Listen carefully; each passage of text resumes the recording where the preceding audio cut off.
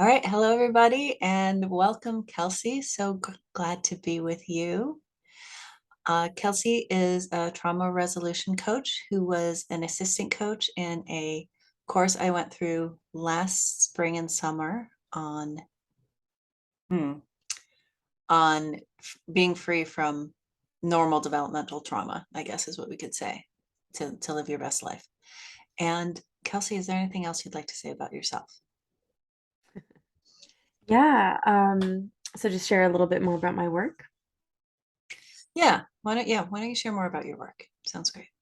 Yeah, I'm a somatic trauma resolution coach. And for those who aren't familiar with those terms, somatic just really means body-based. So all of my work is grounded in the body. And the coaching is a container for that body work to happen. And so that's my relationship with my clients, and it's very therapeutic and deep in its nature, and it's distinct from talk therapy in that I typically work with people to clarify and move towards their own goals in their post-traumatic growth journey, um, and co-create really specific developmental objectives for our work together. And so in that way, it can be different than therapy and different than coaching. It's kind of like a cross between the two. Yeah, very clear. And we talked a little bit the other day, but what is your view of where we are of this moment in history, the crises we're up against? Well, I believe we're in a very potent moment in time, and a dangerous time, and a time full of possibility. I perceive the time we're in as a meta crisis, that we're in a time of many intersecting crises, on the environmental crisis level, the economic crisis, the pressures of late stage capitalism. It's a very potent geopolitical moment in terms of the rise of a lot of movements for justice, right? Like we've seen with Black Lives Matter in the United States and with so many other movements around the world. And also a moment of intense backlash, right? And it's like from the economic elite, from the imperialist, white supremacist um, groups, there's been an intense backlash against these movements for freedom, for liberation, for change. And that is also connected to the rise in fascism Mhm. around the world. And so I actually kind of want to pause for a moment because I just Yeah. said a lot of words, Yeah, and yeah, yeah. I want to invite both of us and our listeners to maybe pause and notice like what's happening under the surface. Even just naming these components of the meta crisis, because as I'm talking about it, I feel a quickening in my front body and in my voice. I feel like the momentum of urgency. Yeah. And so as I notice that, I'm also noticing my back body. I'm also grounding into my legs and my feet and my hips. I'm also adding a little breath and slowing down and just offering my system a moment to digest like the actual weight and shape of these words.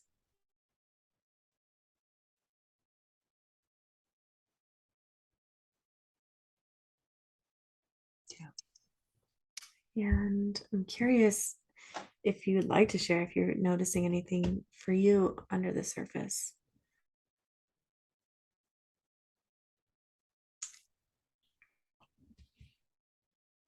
Just it's very scary. Yeah. Yeah. Mm. Like when I slow down, there's nothing to see, but um, it's there's so much. There's so much that the things that people were predicting when I was a kid in the 70s are coming true as far as climate catastrophe. Yeah. Um, and then things that I never thought would, for whatever reason, never thought would happen here um, as far as return of fascism, um, Yeah. and just kind of a sense that I'm not big enough. Mm. Mm. Yeah. Just out of curiosity, like, what would it be like if you were big enough? I'm really curious about that because I can relate to my own version of that feeling. Um, it's very much like a superhero cartoon, like picking up the people who are playing and playing dangerous games and telling them, this actually doesn't work. Let's put you back in a place that makes more sense. Mm. Um, Wouldn't that be amazing? Be able to like put on a superhero cape, get really big, and just like redistribute power and safety and access. Yeah. yeah. Yeah. Yeah. And maybe that can also serve kind of as a resource. This is one of the basic practices that I like to do for myself and with clients and even in this conversation right now, like maybe just calling into our conversation this idea of like really big capacity, like this bigness, like, and that bigness could redistribute power or create protection where protection is needed and liberation where liberation is needed and safety where safety is needed. And so even just like when I'm saying those words, I'm feeling myself leaning back. I'm feeling my shoulders broaden. I'm feeling my arms kind of opening up and just inviting my body to rest in that possibility on an energetic level that that amount of support and resource is possible. Yeah, I'm definitely taller thinking about that. You feel your length more. Awesome. Awesome. Thanks for pausing with me there. You're welcome. Thanks for bringing the pause, Mhm. because it's really what this is about, is for us to be present. Mm, mm, mm. Yeah. And now that we paused, I'm noticing the grief, Yeah. the waves of tears and grief that are, I think, usually moving under the surface for me. And that, when there's pause, when there's safety, when there's resource, like that's when those waves can come up and through. And I'm just going to let myself feel them and let the tears come because I feel like feeling the feelings is a good use of our time. Yeah. Hmm.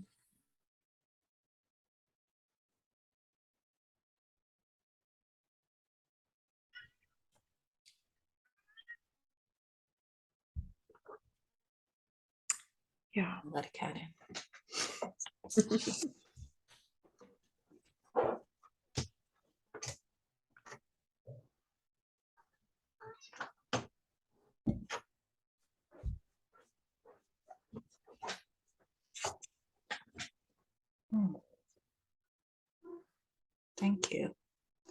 You're mind. I welcome. need to stop talking.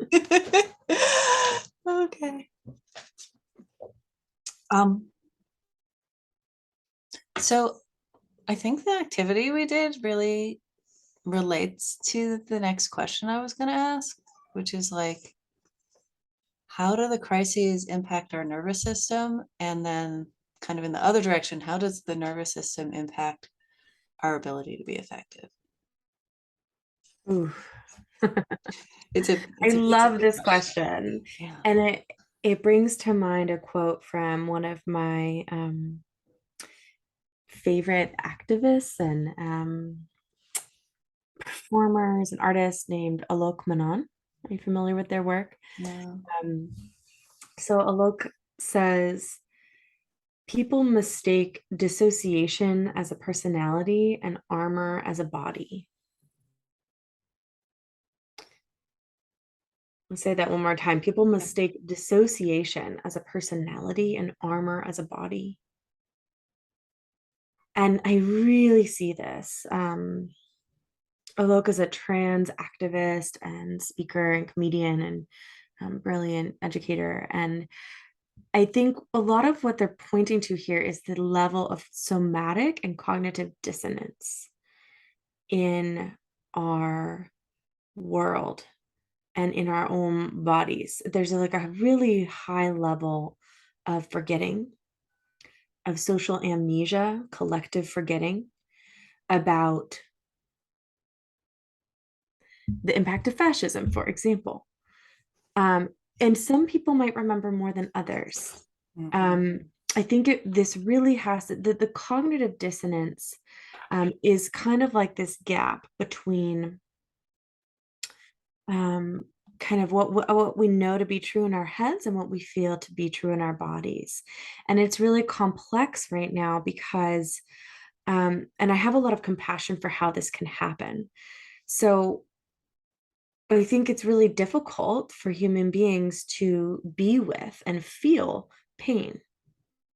We would rather not. We would rather dissociate. We would rather disconnect from the pain. So it's actually a naturally brilliant protective mechanism where if you cut yourself and the pain's really strong, you get a wave of shock. And then a whole cocktail of hormones get released in your body without you needing to think about it, right? You get the adrenaline, you get the kind of this natural numbness, and you might dissociate from your body to self protect. And that's brilliant and life saving in a moment of life or death emergency or perceived life or death emergency.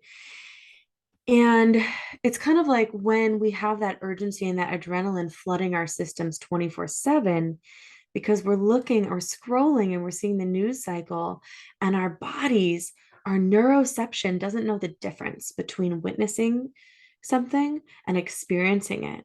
And so they're releasing those cocktails of hormones through our bodies, and our inner alarms are going off like alert, alert. And that is completely overwhelming for the nervous system and for the emotional system. And for our, cognitive processing centers, it's too much. Too It's too much. much All the way around. all the way around. And so, it's like what it takes to heal from this cognitive dissonance or chronic kind of normalized dissociation is to integrate more of, to close the gap between um, what you're feeling in your body and what you're paying attention to actually be paying attention to your body, to be feeling the feelings when they come up, to be feeling sadness and then being with the sadness, making room for the sadness, to be feeling fear and getting curious about the fear, feeling the fear, not repressing it or ignoring it or dissociating from it, and not letting it run you the whole time.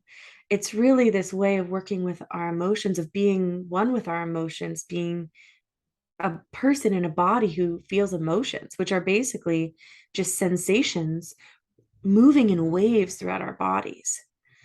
And I think we've lost a lot of the wisdom around how to be with our emotions. And it's a very overwhelming and unprecedented time in terms of technology and the amount of crisis level stimulation that we can have access to, right? So there's like the world in our phones that is perhaps having a lot of impact on us. And then there's like the world of our 3D reality. And more, the world of our phones is growing and growing. And, um, virtual and augmented realities are becoming more and more real, right? The metaverse is coming, is here. And um, what I see is a lot of this idea that we can further dissociate, further escape into a completely digital world or to Mars, or like that technology will somehow save us. And I think that what we really, really most need is connection and presence with our own bodies, with each other in community, um, to heal some of this disconnect and to help each other remember. Because there is a reason humans are storytelling animals, and there's a reason why ancestrally mythology has always been important. Um, and it's like Adrienne Marie Brown also has this quote I love that's like, we're always practicing something. What are you practicing? You know, we're always telling stories. What stories are you telling? We're always reinforcing some kind of a narrative or a reality. What narrative or reality are you enforcing? Because we are living in a world where multiple different like universes and realities can simultaneously coexist, right? There's the echo chamber of like the tyrant or the oppressor or like the white supremacist echo chamber. And that is a reality. And in order to live in that reality, I think that it does require a high amount of cognitive dissonance and dissociation. Because if you were to understand how interconnected we are, if you were to feel your own body deeply and the interconnection between all human beings and our reliance on the health of each other and the planet, if you were to really feel deep down how see, I'm really feeling this. Like, if you were to feel how much our liberation is interconnected and bound up, right? That is something that kind of contradicts the mindset and I would say the embodied posture of supremacy, which is what causes separation, which is what causes us or them, and this really black and white thinking. And I have compassion for it because be really being with and feeling empathy for the impact of all of the crises that we're facing right now uh, as a human interconnected family, if you want to call it that, along with the earth and the animals and everybody. If we were to really feel that would be a lot. That would be overwhelming. So I understand why people don't. And also, what's really being asked of us right now is to hold nuance, to be able to hold complex thoughts and contradicting thoughts and behaviors. And that is so uncomfortable for most people that it's not doable. And I think that is what is appealing to some people about something like fascism, like where it's like, please give me like a ruler, please tell me that there's us versus them, please help me feel belonging in a group that can be better than, and that will somehow get me safety. And so It sounds like that's what I'm hearing and the way you're describing it, it provides clarity. Like having yes, access to an authoritarian ruler and a, you know, us versus them framework gives people clarity in a context of confusion. exactly. And then they don't have to think, very, very much about in these more complex and uncomfortable ways. And it in this like increasingly vague and uncertain world that we're in, where we've lived through this pandemic so far, and it brings to the surface, to top of mind, the actual level of uncertainty and unsafety that is always been true. Always there. But it's so confronting. I think it's been so confronting, this global pandemic, that I think in the wake of that, some people really want to move more towards certainty and more towards the relief of that kind of fractured thinking. And so I I want to be practicing nuanced thinking. I want to be practicing integrating my awareness with my actual feelings that I'm having in my body. I want to be practicing connection and sharing power and feeling interconnection and empathy, all in doses that are doable within my nervous system. Mm. And I want to be practicing healthy boundaries with the amount of stimulation I can withstand. And I want to be practicing agency around what is mine to do. What part of this crisis can I respond to in a way that's consensual with my nervous system, with my bandwidth, with my identity, with my lived experience, with my gifts? Because we all have brilliance, and we all, I believe, have a more integrated part that is coexisting always along with the contorted version of us that has been conditioned by systems of oppression and domination to be experiencing a lot of the more cognitive dissonance, or you know like Resma Menachem says that white supremacy is a delusion. It's really a delusion and a waste of energy, a waste of time. Mm. It pulls our attention away from what's this other reality, which is like that we're alive on a living planet that like needs all of our attention. Like we could really use all hands on deck. And meanwhile, I really feel like a lot of people are getting pulled into these trauma vortexes that of distortion that are not helpful. And so I think if you don't have, it's a really good time to have a critical lens and to have a framework of unlearning conditioning that would have you move more towards um, either or, thinking more towards dissociation, more towards us versus them, more towards black and white thinking. And that I'm really interested in the ontological and embodied shifts that I can make in how I experience myself as a human being in a body, and how I understand the world. And in an era of fake news, it's like if we can choose our own reality and framework to some extent, how can we really take agency and really choose what to focus on? Because I think that's one of the most leveraged places of power that we that have. we have. There's a lot to unpack here, and we are almost out of time. um, I just want to draw out one thing I heard you say that was very interesting. I have been thinking about how our nervous systems keep us in paralysis, those of us who are ready to take action. And what you've pointed out is that the way we're dealing with the crises is also why people are being attracted to fascism and other far right movements. And then there's the intermediate thing where those of us in the left are also going into right, wrong, good, bad, us versus them thinking about the right, because again, it's easier than being present to the grief. Yeah. So Kelsey, tell us about your free gift. I have a guided embodied practice called Soothing Emergency Momentums that you can download at my website, kelseymaeve.com.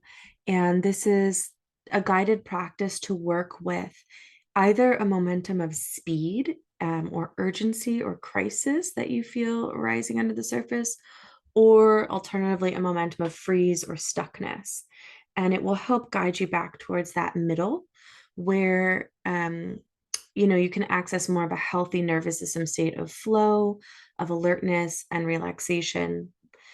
And if you love that freebie, I also have a free 5-day course that goes a little bit more in depth into the trauma theory and gives a few more guided embodiment practices that you can use to begin to close that gap and be a little bit more here and a little bit more now, no matter what you are experiencing in the moment. Amazing. And I feel like we got a little taste of that right here on the call. Yeah, exactly. Well, thank you, Kelsey. It's been really moving and moving and insightful. So great to be with you, and thanks for this opportunity. Yeah, thanks so much, Alice. It's been really mm, great to talk about this particular intersection. I appreciate the invitation. You're welcome.